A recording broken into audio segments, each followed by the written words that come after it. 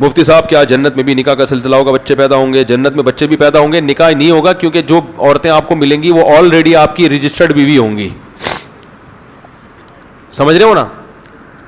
ہاں یہ کہہ سکتے ہیں بھائی نکاح ہوتا تو اچھا تھا, ہم کہیں کوئی سیٹنگ میں پسند آ جائے, تو وہاں سیٹنگ کا سیٹ اپ نہیں ہے. وہ اللہ نے اتنی خوبصورت عورتیں بنائی ہیں, جب آپ کو وہ ملیں گی آپ بولیں گے اللہ قبول ہے, پہلے سے قبول ہے.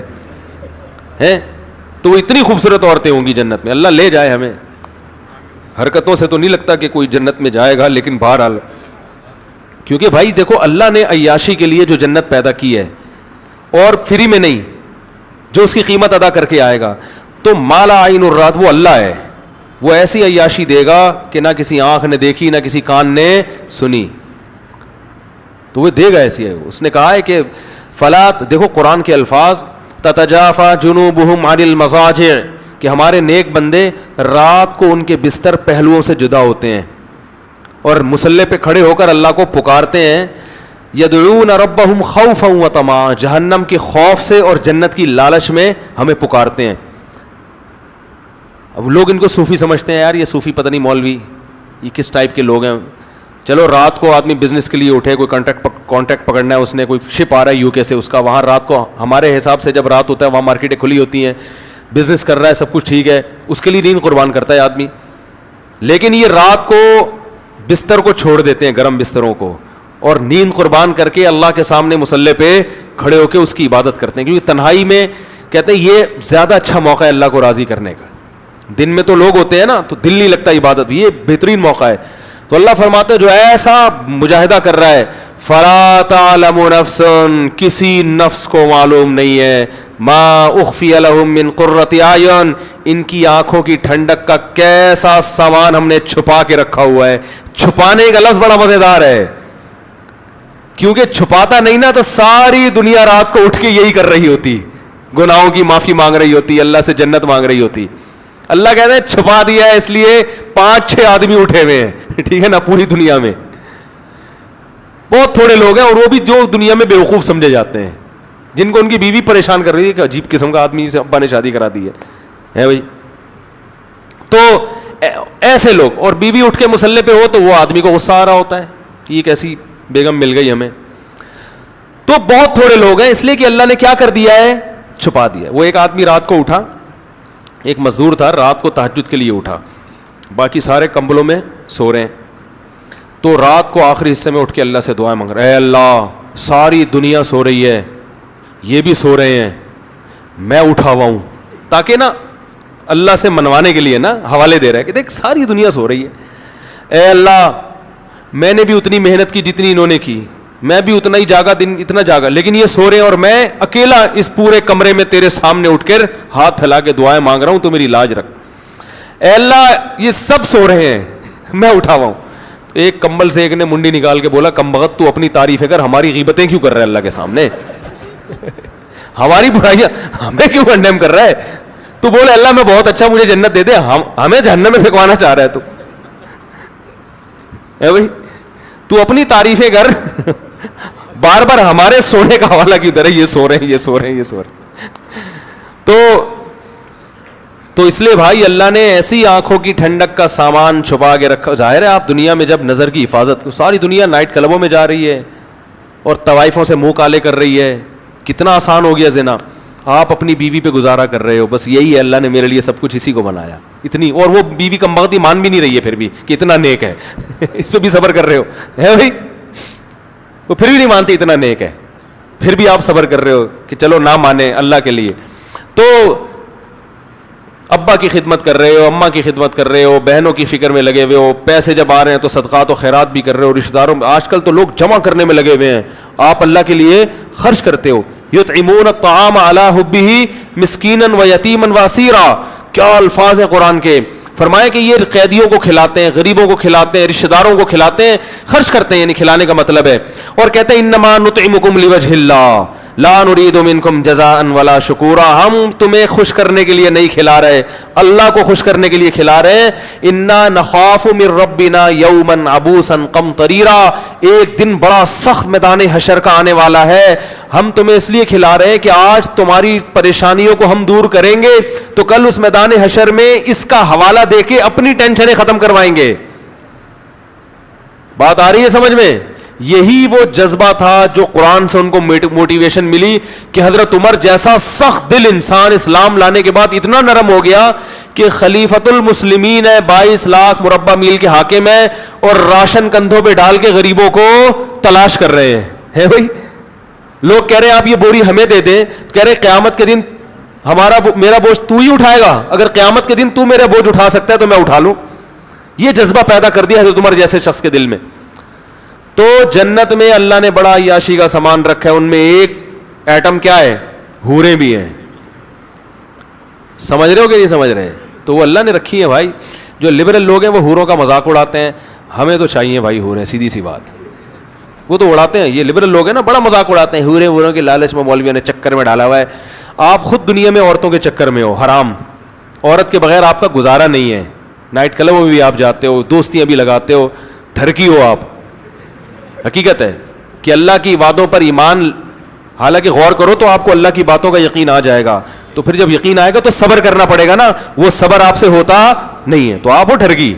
تو صبر جو کرتے ہیں جو ٹھرکی نہیں ہوتے, ان کو اللہ نے کہا ہے کہ تمہیں یہ سب چیزیں, کیونکہ جو صبر وہی کر سکتا ہے جو ٹھرکی نہ ہو. جو ٹھرکیوں سے صبر ہوتا ہے بھائی, وہ تھوڑی کہہ رہے ہیں جنت پتہ نہیں کس نے دیکھی یار, ابھی مزے اڑاؤ. تو یہ لبرل لوگ حوروں کا بڑا مذاق اڑاتے ہیں کہ مولویوں نے حوروں کے چکر میں ڈالا. بھائی مولویوں نے ڈالا, یہ تو اللہ نے ہمیں بتایا ہے. تو ہمیں تو بھائی حوریں آخرت میں چاہیے. کیا خیال ہے بھائی؟ تو ہمیں تو چاہیے بھائی. آپ اڑاتے رہو, قیامت کے دن آپ کہہ دینا اللہ ہمیں نہیں چاہیے, ہم کہیں گے اللہ ہمیں تو دنیا میں بھی چاہیے تھی وہاں تو ملی نہیں, یہاں ہمیں بہرحال چاہیے. تو لیکن وہ اعمال بھی اللہ ہمیں اس کی توفیق دے, اس کے لیے روزے رکھنے پڑتے ہیں, اس کے لیے نظر کی حفاظت کرنی پڑتی ہے, اس کے لیے بوڑھی ماں کی اف کو برداشت کرنا پڑتا ہے. حدیث میں آتا ہے, کیا عجیب الفاظ ہیں یار, صحیح مسلم کی حدیث ہے, جس کو غصہ آیا نا اور اللہ کے لیے پی گیا اس کڑوے گھونٹ کو. پینے کا حکم بڑوں کے سامنے ہے نا بھائی, ہر جگہ پینے کا حکم تھوڑی ہے غصہ.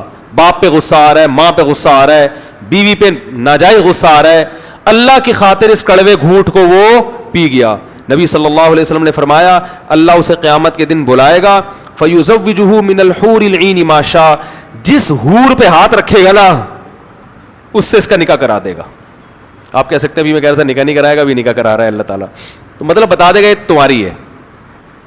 میدان حشر میں, ابھی جنت میں تھوڑی گئے ہیں ابھی.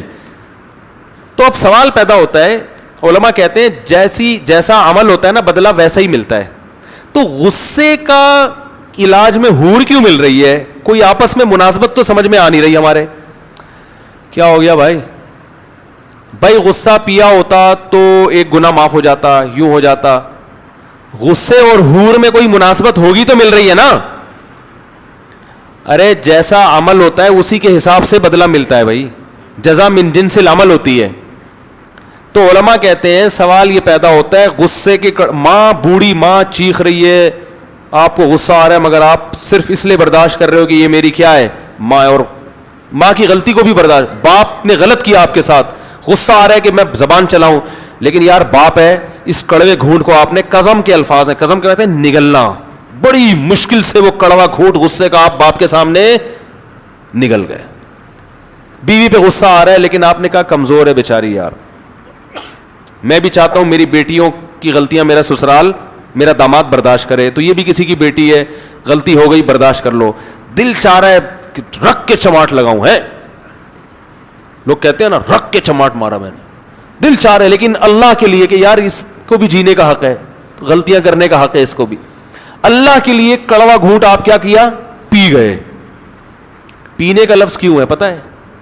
اس لیے کہ جو چیز پی جاتی ہے فوراً نگل جاتا ہے, چبانے میں اس خطرہ ہوتا ہے کہ تھوک دے. کڑوی چیز ڈاکٹر آپ کو پلا دیتے ہیں, کریلے کا جوس ایک سانس میں پی جاؤ تو پی لیا جائے گا, کریلا چبا کے کھانا کسی کی طاقت نہیں ہے. تو اس لیے پینے کا ذکر ہے کہ ایک دم سے نگل لو بس. تو اس پہ حور ملے گی, جتنی حوریں ہیں نا ان میں سے اللہ کہیں گے سلیکٹ کرو کون سی والی؟ میرا خیال ہے پاکستانی کو 6 مہینے تو سلیکشن میں لگ جائیں گے کیونکہ یہاں رشتہ سلیکٹ کرنے میں 15 سال لگتے ہیں. جس بیوی کے ساتھ 10-15 سال رہنا ہے, کیونکہ 40 سال میں شادی ہو رہی ہے, 10-15 سال ہی رہنے کی عمر ہے اب, تو 10-15 سال جس کے ساتھ رہنا ہے اس کو تلاش کرنے میں 10 سال لگتے ہیں. تو جس کے ساتھ ہمیشہ جنت میں رہنا ہوگا اس کی سلیکشن میں پاکستانی بہت ٹائم لگائے گا بھائی ٹھیک ہے نا. تو اس لیے یہ ہوگا کہ مرد کے لیے سب سے زیادہ اٹریکٹیو چیز کیا ہے؟ عورت ہے, سب سے زیادہ اٹریکٹیو چیز. اس کے لیے وہ دیکھو, امریکہ میں ایک گورنر تھا, بھی مجھے صاحب یو ایس اے سے ایک ڈاکٹر آئے تھے, انہوں نے بتایا کہ امریکہ میں ایک اسٹیٹ کا گورنر ہے, کسی لڑکی پہ عاشق ہوا, بھاگ گیا, ٹھیک ہے نا. کہہ رہے گورنر ہے, پتہ ہی نہیں کہاں شارٹ مارکیٹ سے, اس کو تلاش کر کے لا رہے ہیں. تو چھٹی لے کے جاتا ہے, اپلیکیشن دیتا ہے, کسی کو ہم بٹھاتے, گورنر ہاؤس میں گورنر کی سیٹ پہ گورنر ہے ہی نہیں, آسمان کھا گیا, زمین نکل گئی. 1 ہفتے کے بعد پکڑا گیا, پتہ چلا کسی لڑکی کے عشق میں بھاگ گیا. اب سوال پیدا ہوتا ہے بھاگنے کی کیا ضرورت تھی؟ تو وہی وہاں قانون سخت ہے, جو میرڈ لوگ ہوتے ہیں گورنر لیول کے, ان کو لڑکیوں سے سیٹنگ کی اجازت نہیں ہوتی, یہ لا ہے نا وہاں کا. تو وہ چھپ چھپا کے پتلی گلی سے نکل لی ہے, ٹھیک ہے نا. اور وہ کلنٹن کا سنا, وہ آپ نے کلنٹن کا سنا ہوگا, مونیکا پہ عاشق ہو گیا تھا. امریکہ کا صدر ہے, میرڈ ہے, لیکن یہ عورت ہے ہی ایسی چیز, جب فتنہ میں پڑتا ہے نا انسان پھر برداشت نہیں کر پاتا. اللہ سب کو فتنے سے بچائے, اس لیے ہم کہتے ہیں شادیوں کو فوکس کرو تاکہ اس فتنے سے بچو. آ گئی درمیان میں, آج پورے بیان میں شادی کا تذکرہ نہیں آیا تھا, آ گیا الحمدللہ. تو بھائی حلال کر لو تاکہ حرام کی طرف نہ جائے نا قدم. تو اللہ اتنی یعنی کوئی خوبصورت حور کا آپشن اس لیے دے گا کہ آپ نے انتہائی کڑواہٹ برداشت کی ہے. تو جو چیز آپ کو, جس میں سب سے زیادہ آپ کو مٹھاس محسوس ہوتی ہے, آپ کی آنکھیں ٹھنڈی ہوتی ہیں, وہ چیز اللہ آپ کو دے گا. لوگ کہتے ہیں مٹھاس تو حلوے میں زیادہ ہوتی ہے, تو حلوہ کھلانا چاہیے تھا اللہ کو. تو میں کہتا ہوں ٹھیک ہے, آپ کو کہیں شادی کا دل چاہ رہا ہے, لڑکی کے والد کہیں بھائی میری بیٹی سے شادی کے بجائے تم یہ حلوہ کھا لو, یہ گاجر کا حلوہ بڑی محنت سے بنا ہے, کھا لیں گے ہے بھائی؟ بولیں گے بھائی مجھے میں ساری زندگی کے لیے میٹھا چھوڑ دوں گا, آپ کے جذبات ہوں گے, میں روزانہ کریلے کا جوس پیوں گا, لیکن کہیں عشق ہو جائے تو آدمی یہ قربانی دیتا ہے اس کے لیے. تو اس لیے اللہ کو پتا ہے کہ یہ حلوے کی مٹھاس جو ہے نا, یہ وہی بس یہ بنائی ہوئی ہے لوگوں نے. اصل جو مرد کی رغبت ہے وہ کس کی طرف ہے؟ سب سے زیادہ عورت کی طرف ہے. تو اللہ کہیں گے ماں کی خاطر کڑوا گھونٹ تو نے پیا, اپنے باپ پہ کبھی زبان نہیں چلائی, کڑوا گھونٹ پیتا رہا, اور کمزور عورت پہ ہاتھ نہیں اٹھایا, کڑوا گھونٹ پیتا رہا. اس گھونٹ کے بدلے میں جتنی دفعہ گھونٹ پیے گا نا, یہ ایک حور کا مہر ہے. تو لبرل لوگ مذاق اڑاتے ہیں. اس بیان میں بھی دیکھنا نیچے الٹے سیدھے کمنٹس آئیں گے کہ ان مولویوں کو اس کے علاوہ کوئی تذکرہ نہیں ہے. تو ٹھیک ہے بھائی, آپ قیامت کے دن آپ نہ کہنا کہ اللہ مجھے نہیں چاہیے.